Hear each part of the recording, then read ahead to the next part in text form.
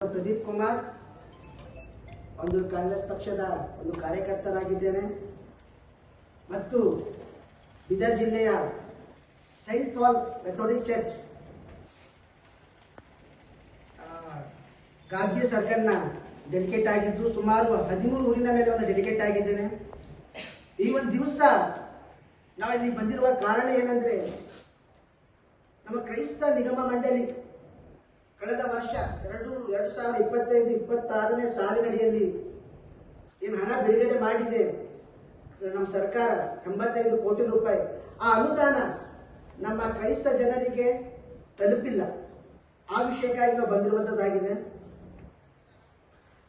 ಕಳೆದ ವರ್ಷ ನಮ್ಮ ಒಂದು ಸರ್ಕಾರದಿಂದ ನಮ್ಮದ ಕ್ರೈಸ್ತ ನಿಗಮಕ್ಕೆ ಸುಮಾರು 22 ಚರ್ಚ್ಗಳಿಗೆ 2ನೇ ಹಂತದ ಅನುದಾನ ನೀಡಬೇಕೆಂದು ಆದೇಶ ಹೊರಡಿಸಿದೆ. ಅದು ಒಂದು ಆದೇಶ ಹೊರಡಿಸಿದ ಲೆಟರ್ ಪ್ರೂಫ್ ಕೂಡ ಇಲ್ಲಿದೆ. ಅಕ್ಟೋಬರ್ ತಿಂಗಳಲ್ಲಿ 2025 ಒಂದು ಸರ್ಕಾರ ಏನಂದ್ರೆ ನಮ್ಮ ಇಡೀ ಕರ್ನಾಟಕದಲ್ಲಿ 2ನೇ ಹಂತದ ಚರ್ಚ್ ಕಟ್ಟಡದ ಒಂದು 22 ಚರ್ಚ್ಗಳ ಒಂದು 2ನೇ ಹಂತದ ಹಣ ಬಿಡುಗಡೆ ಮಾಡದಂತೆ ನಿಗಮಕ್ಕೆ ಒಂದು ಆದೇಶ ಹೊರಡಿಸಿತ್ತು. ಆದರೆ ನಿಗಮದ MD ಆಗಿರ್ಬೋದು, ಮತ್ತೆ ಅಧ್ಯಕ್ಷರಾಗಿರ್ಬೋದು ಮತ್ತು ಉಪಾಧ್ಯಕ್ಷರಾಗಿರ್ಬೋದು, ಸರ್ಕಾರದ ಒಂದು ಆದೇಶವನ್ನು ಅವರು ಗಾಳಿಗೆ ತೂರಿದ್ದಾರೆ. ಸರ್ಕಾರ ಒಂದು 22 ಚರ್ಚ್ಗಳಿಗೆ ನೀವು ಹಣ ಕೊಡ್ರಿ ಅಂತ ಅವರು ಏನು ಆದೇಶ ಮಾಡಿತ್ತು, ಆ ಆದೇಶವನ್ನು ಗಾಳಿಗೆ ತೂರಿದ ಕಾರಣ ನಮ್ಮದು ಸರ್ಕಾರವು, ಕಾಂಗ್ರೆಸ್ ಪಕ್ಷವು ಮತ್ತು ಸರ್ಕಾರವು ಅವರ ಮೇಲೆ ಒಂದು ಕಠಿಣ ಕ್ರಮ ಕೈಗೊಳ್ಳುತ್ತದೆ ಅವರಲ್ಲಿ ಕೇಳಿಕೊಳ್ಳುತ್ತೇನೆ. ಯಾಕಂದ್ರೆ ಈ ಸಮಾಜ ನೋಡಬೇಕಾದ್ರೆ ನಮ್ಮ ಕ್ರಿಶ್ಚಿಯನ್ ಒಂದು ಸಮುದಾಯದ ಒಂದು ಎಲ್ಲಾ ಚರ್ಚ್ಗಳ ಹಾಲಕ್ಕೆ ಯಾವ ತರ ಖರಾಬ್ ಆಗಿದೆ ಅಂದ್ರೆ, ಫಸ್ಟ್ ಅನುದಾನ ನಮಗೆ 2024 ಸಿಕ್ಕಿದ್ರಿ.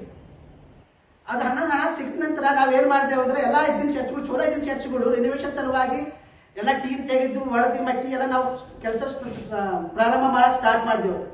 ಅದು ಒಂದು 6 ತಿಂಗಳು ಟೈಮ್ ಹಿಡಿತು. ಅದು ಅರ್ಧಂಬರ್ಧ ಕೆಳಗೆ ಐತ್ರಿ.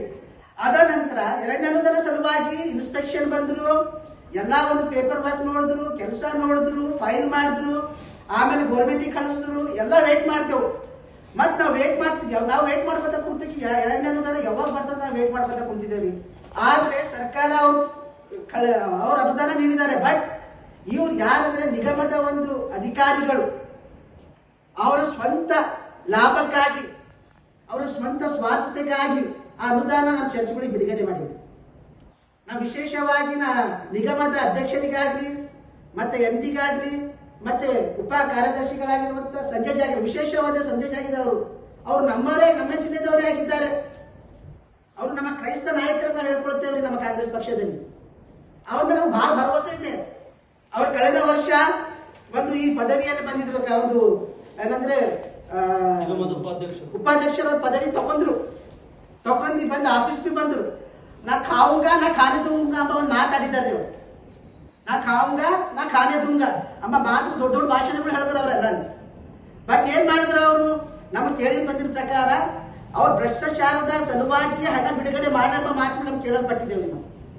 ನೀವು ಇಷ್ಟು ದುಡ್ಡು ಕೊಟ್ಟು ಅವಾಗ ನಾವು ಬಿಡುಗಡೆ ಮಾಡ್ತೇವೆ ಮಾತುಗಳು ಅವ್ರು ಆಡಿದ್ದಾರೆ.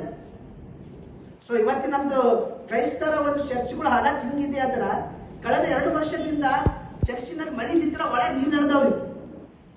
ಒಂದು ಕರೆಂಟಿನ ವ್ಯವಸ್ಥೆ ಇಲ್ಲ. ನೋಡಿ ಅರ್ಧಂಬರ್ಧ ಕೆಲಸ ಅಂದ್ರೆ ಗೊತ್ತಿಲ್ಲ ಯಾವ ತರ ಇರ್ತದಂತ.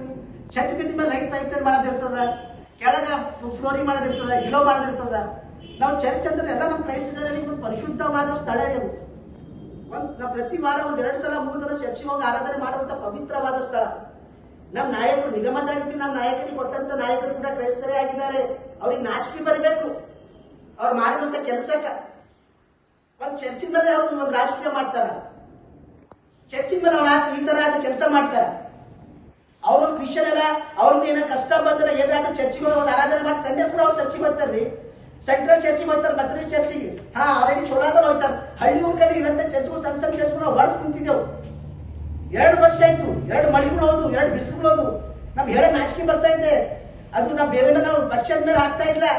ಅದು ಅನುದಾನ ಅವ್ರು ನೀಡಿದ್ದಾರೆ, 85 ಕೋಟಿ ರೂಪಾಯಿ ನೀಡಿದ್ದಾರೆ ಆಲ್ರೆಡಿ. ಇವರು ಬಿಡುಗಡೆ ಮಾಡಿಲ್ಲ. ಇವತ್ತು ವಿಶೇಷವಾಗಿ 22 ಚರ್ಚ್ಗಳಲ್ಲಿ 9 ಚರ್ಚ್ಗಳು ನಮ್ಮ ಬೀದರ್ದಾಗಿದೆ. ಅದರಲ್ಲಿ ಗುರುನಳ್ಳಿ ಚರ್ಚ್ ಒಂದಿದೆ, ಚಾಂಬಾಳ್ ಚರ್ಚ್ ಇದೆ, ಕಪ್ಪೆಗೆರೆ ಚರ್ಚು, ಚಿಲ್ಲಿರ್ಗಿ ಸಮುದಾಯ ಭವನ ಇದೆ, ನಿಜಾಂಪುರ್ ಚರ್ಚ್ ಇದೆ, ಅಲ್ಲಂಪುರ್ ಚರ್ಚ್ ಇದೆ, ಮತ್ತೆ ನಮ್ಮ ತಾಜಾಪುರ್ ಚರ್ಚ್ ಇದೆ. ಇವು ಅನುದಾನಗಳು ಬಂದ ನಾವು ಎಷ್ಟೋ ಸಲ ಪತ್ರಗಳು ಕೊಟ್ಟಿದ್ದೇವೆ, ಎಷ್ಟು ಬರೋ ದೂರುಗಳು ಕೊಟ್ಟಿದ್ದೇವೆ ಅವರಿಗೆ. ಇಲ್ಲ ಬಂದಿಲ್ಲ, ಅದು ಬಂದಿಲ್ಲ, ಇದು ಬಂದಿಲ್ಲ ಅಂತ ಹೇಳ್ತಾ ಇದ್ದಾರೆ.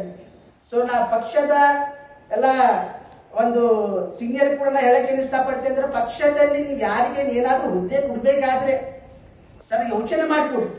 ಸಮುದಾಯಕ್ಕಾಗಿ ಯಾರು ದುಡಿತಾರೆ, ಸಮುದಾಯ ಬಗ್ಗೆ ಯಾರಿಗೆ ಕಾಳಜಿ ಇರುತ್ತೆ, ಕ್ರೈಸ್ತರಿಗಾಗಿ ನಿಗಮ ಕ್ರೈಸ್ತ ನಿಗಮದಲ್ಲಿ ಕ್ರೈಸ್ತರಿಗಾಗಿ ಬಿಡ್ತಾ ಇದ್ದೀರಿ, ಅದು ಸೌಲಭ್ಯ ಅವ್ರಿಗೆ ತಲುಪತಾ ಇದೆಯಲ್ಲ, ಅದೆಲ್ಲ ಯೋಚನೆ ಮಾಡುವಂತ ಜನರಿಗೆ ನೀವು ಕಾರ್ಯಕರ್ತರಿಗೆ ಅವ್ರ ಪದವಿಗಳು ಕೊಡಿ. ಇಂಥ ನಾಲಾಯಕಗಳಿಗೆ ನೀವು ಪದವಿಗಳು ಕೊಡ್ಲಕ್ಕೆ ಹೋಗ್ಬಾರ್ದು. ಯಾಕಂದ್ರೆ ಇಂಥ ಸಲುವಾಗಿ ನಮ್ದೇ ನಾಚಿಕೆ ಬರ್ತಾ ಇದೆ. ನಾ ಹೇಳ್ಕೊಳ್ಬೇಕಂದ್ರ ದೊಡ್ಡ ದೊಡ್ಡ ಒಂದು ಆಶ್ವಾಸನೆ ಕೊಟ್ಟರು, ನಾ ಬಂದ್ಮೇಲೆ ಅದು ಮಾಡ್ತೇನೆ, ನಾ ಬಂದ್ಮೇಲೆ ಇದು ಮಾಡ್ತೇನೆ, ಪ್ರತಿಯೊಂದು ಚರ್ಚಿನ ಆಶ್ವಾಸನೆ ಕೊಟ್ಟರು. ಬಟ್ ಇಲ್ಲಿ ತರ ಒಂದು ಕೂಡ ಕೆಲಸ ಮಾಡಿರ್ತೇವೆ, ಒಂದು ಕೂಡ ಕೆಲಸ ಮಾಡಿಲ್ಲ. ನೀವು ಕೇಳ್ರಿ ಅವ್ರಿಗೆ, ನೀವು ಕೇಳಿ ಏನ್ ಕೆಲಸ ಮಾಡ್ಯಾರ. ಬಂದು 1.5 ವರ್ಷ ಆಯ್ತು, ಯಾವ ಚರ್ಚಿಗೆ ಬಿಡುಗಡೆ ಮಾಡ, ಯಾವ ಚರ್ಚ್ ಅವ್ರ ಅನುದಾನ ಬಿಡುಗಡೆ ಮಾಡ, ಮತ್ತೆ ಪರ್ಸನಲ್ ಯಾವ ಚರ್ಚಿಗೆ ಅವರು ಇದು ಪ್ರೋತ್ಸಾಹನ ಕೊಟ್ಟರು ಅಂತ ಕೇಳಿ ಅವ್ರು ಸ್ವಂತ ಬಿ ಕೊಡ್ಲಕ್ಕಾಗದು, ಕೊಟ್ಟಂತ ಅನುದಾನ ಬಿ ಕೂಡ ನಮ್ಮ ಜನರಿಗೆ ತಲುಪಿಸುವಂತ ಕೆಲಸ ಮಾಡ್ತೀವಿ. ಅನುದಾನ ಯಾರಿಗೂ ಸ್ವತ್ತಲ್ಲ ರೀ, ಸರ್ಕಾರದ ಬಂದಂತ ನಮ್ಮ ಜನರಿಗೆ ಬಂದಂತ ಅನುದಾನ ಇದೆ ಅದು. ಸೊ ಅದಕ್ಕಾಗಿ ನಾ ಹೇಳೋದೇನಂದ್ರೆ, ಮುಂದೆ ಬರುವಂತ ದಿನಮಾನಗಳಲ್ಲಿ ಕೂಡ ಪಕ್ಷಕ್ಕೂ ಕೂಡ ಒಂದು ಹೇಳಕ್ಕೆ ಇಷ್ಟಪಡ್ತೇನೆ ಅಂದ್ರೆ, ನೀವು ಯಾವುದೇ ಒಂದು ಅಧಿಕಾರ ಕೊಡಬೇಕಾದ್ರೆ ಸ್ವಲ್ಪ ನೋಡಿ ಮಟ್ಟಿ ಕೊಡ್ರಿ. ಕ್ರೈಸ್ತ ಸಮಾಜದಲ್ಲಿ ಅನೇಕ ಒಂದು ಕಾರ್ಯಕರ್ತರಿದ್ದಾರೆ, ಗ್ರೌಂಡ್ ಲೆವೆಲ್ ನಲ್ಲಿ ಕೆಲಸ ಮಾಡುವಂತ ಕಾರ್ಯಕರ್ತರು, ಜನರ ಹಿತಕ್ಕಾಗಿ ಕಾರ್ಯ ಮಾಡೋರಿದ್ದಾರೆ. ಅಂತವ್ರಿಗೆ ಆರಿಸ್ಕೊಂಡು ಮತ್ತೆ ಜನರ ಹಿತಕ್ಕಾಗಿ ಕೆಲಸ ಮಾಡಿ ಅವ್ರ ನಡುವೆ ಅಂತವರಿಗೆ ನೀವೊಂದು ಸ್ಥಾನಮಾನಗಳು ಕೊಡ್ಬೇಕಂತ ತಮ್ಮಲ್ಲಿ ಕೇಳ್ಕೊಳ್ತಾರೆ. ಅದರಿಂದಾಗಿ ಪಕ್ಷಕ್ಕೆ ಕೂಡ ಒಂದು ಬಲ ಬರುತ್ತೆ ರೀ. ಇವ್ರಿಗೆ ಶಿಫಾರಸ್ ಮೇಲೆ ಸಿಗಂತ ಅಧಿಕಾರಿಗಳ ಮೇಲೆ ಬೆಲೆ ಇರೋದು ಅವ್ರಿಗೆ ಬೆಲೆನೇ ಇಲ್ಲ. ಏನದು ಅಧಿಕಾರಿಯಾಗ ಬಂದ್ರು ಕುಂತರು ಫೋಟೋ ಇಳಿಸ್ಕೊಂಡು ಹೋದ್ರು ಅಂತ ನಡೆಯಲು. ವಿಶೇಷವಾಗಿ ಅವ್ರ ಪಕ್ಷಕ್ಕೂ ದ್ರೋಹ ಬಗ್ದಿದ್ದಾರೆ, ನಮ್ಮ ಕೈ ಸಮಾಜಕ್ಕೂ ದ್ರೋಹ ಬಗ್ದಿದ್ದಾರೆ. ಅಲ್ಲಿ ನಾ ಹೇಳ್ಬೇಕಂದ್ರೆ ನನಗ ದುಃಖ ಆಗತ್ತಿದ್ದಾರೆ. ಮಳಿ ಬಂದ್ರು ಒಳಗೆ ನೀರು ಬರ್ತಾವ, ನಾಯಿಗಳು ಒಳಗೆ ಕೂಡತಾವ. ಇದು ಬಾಳ ಫೋಟೋಗಳು ನೋಡ್ಲಿಕ್ಕೆ ಯಾವ ರೀತಿಯಾದ ಒಂದು ಪರಿಸ್ಥಿತಿ ಬಂದದಂತ ನಮ್ಮಲ್ಲಿ, ಯಾವ ರೀತಿಯಾದ ಪರಿಸ್ಥಿತಿಗಳು ಬಂದವ. 2 ವರ್ಷದಿಂದ ಹೆಂಗ್ ಕೂಡಬೇಕು, ಹೆಂಗ್ ಆರಾಧನೆ ಮಾಡ್ಬೇಕು, ಅದು ಒಂದು ಪವಿತ್ರವಾದ ಸ್ಥಳ ರೀ ನಮ್ದು, ನಮ್ ಕಿಶನ್ದವರಿಗೆ ಅದು ಅವ್ರು ತಿಳ್ಕೋಬೇಕು. ಕಾಮಗಾರಿ ಅರ್ಧಕ್ಕೆ ನಿಂತಿರುವ ಒಂದು ಫೋಟೋ ಪ್ರೂಫ್. ಇದರಲ್ಲಿ ಮಳೆ ಬಂದಾಗ ಪ್ರಾರ್ಥನೆ ಹೇಗೆ ಮಾಡಬೇಕು, ಅದಕ್ಕೆ ಬಾಗಿಲಿಲ್ಲದ ಕಾರಣ ನಾಯಿ ನರಿಗಳು ಒಳಗಡೆ ಬಂದು ಕುಳಿತಿವೆ. ಪ್ರಾರ್ಥನೆಯ ಸ್ಥಳ ಅಂದ್ರೆ ಒಂದು ಪರಿಶುದ್ಧವಾದ ಸ್ಥಳ, ಪವಿತ್ರವಾದ ಸ್ಥಳ. ಧಾರ್ಮಿಕವಾಗಿ ಭಕ್ತಿಯಿಂದ ನಂಬಿಕೆಯಿಂದ ಜನರು ಅಲ್ಲಿ ಹೋಗಿ ಪ್ರಾರ್ಥನೆ ಮಾಡುವಂತ ಸ್ಥಳ. ಇದು ನಮ್ಮ ಭಾವನೆ ಜೊತೆ ಆಟ ಆಡುವಂತಹ ಒಂದು ಕಾರ್ಯವಾಗಿದೆ. ಅಲ್ಲದೆ ಮಾಧ್ಯಮದವರು ಕೂಡ ಗೊತ್ತಿರಬಹುದು, ಕಳೆದ ಸಾರಿ ಒಂದು ಸುದ್ದಿಗೋಷ್ಠಿ ಮಾಡಿದಾಗ ಅದರಲ್ಲಿ ಯೋಜನೆಯನ್ನು ದುರುಪಯೋಗ ಮಾಡಿಕೊಳ್ಳುತ್ತಿದ್ದಾರೆ ಎಂಬ ಸುದ್ದಿ ಕೂಡ ಬಂದಿತ್ತು. ಅದ್ರ ವಿಷಯವಾಗಿ ಕೂಡ ನಾವು ಮಾತಾಡುತ್ತೇವೆ ಅಂದ್ರೆ, ಯಾರು ಅದನ್ನು ದುರುಪಯೋಗ ಮಾಡಿದ್ದಾರೆ, ಯಾರು ಮೊದಲನೇ ಹಂತದ ಅನುದಾನ ತೆಗೆದುಕೊಂಡು ಇನ್ನ ಕಾಮಗಾರಿ ಪ್ರಾರಂಭ ಮಾಡಿಲ್ಲ ಅಂತವರ ವಿರುದ್ಧ ಕಠಿಣವಾದ ಕ್ರಮವನ್ನು ಕೈಗೊಳ್ಳಿ. ನಾವು ಅದಕ್ಕೆ ಒಪ್ಪುತ್ತೇವೆ. ನಾವೊಂದು ಕಾಮಗಾರಿ ಮಾಡಿದ್ದೇವೆ, ಅಧಿಕಾರಿಗಳು ಒಂದು ಸ್ಥಳಕ್ಕೆ ಬಂದು GPS ಮುಖಾಂತರ ಪರಿಶೀಲನೆ ಮಾಡಿದ್ದಾರೆ, ಎಲ್ಲ ಕರೆಕ್ಟ್ ಆಗಿ ಆಗಿದ್ರು ಕೂಡ 2ನೇ ಹಂತದ ಅನುದಾನವನ್ನು ತಾವು ಯಾಕೆ ಬಿಡುಗಡೆ ಮಾಡ್ತಿಲ್ಲ? ಅನುದಾನವು ಯಾರ ಸ್ವತ್ತಲ್ಲ, ಸರ್ಕಾರ ಕೊಡುವಂತ ಅನುದಾನವು ನೀವು ತಮ್ಮ ಸ್ವಂತ ಮನಸ್ಸು ಬಂದಂತೆ ಯಾಕೆ ಅದರ ಜೊತೆ ನೀವು ಒಂದು ತಡೆ ಹಿಡಿಯುವ ಕೆಲಸ ಮಾಡ್ತಿದ್ರಿ ಎಂದು ನಾವು ಒಂದು ನಿಗಮದ ಅಧಿಕಾರಿಗಳು ನಾವು ಕೇಳ್ತೇವೆ.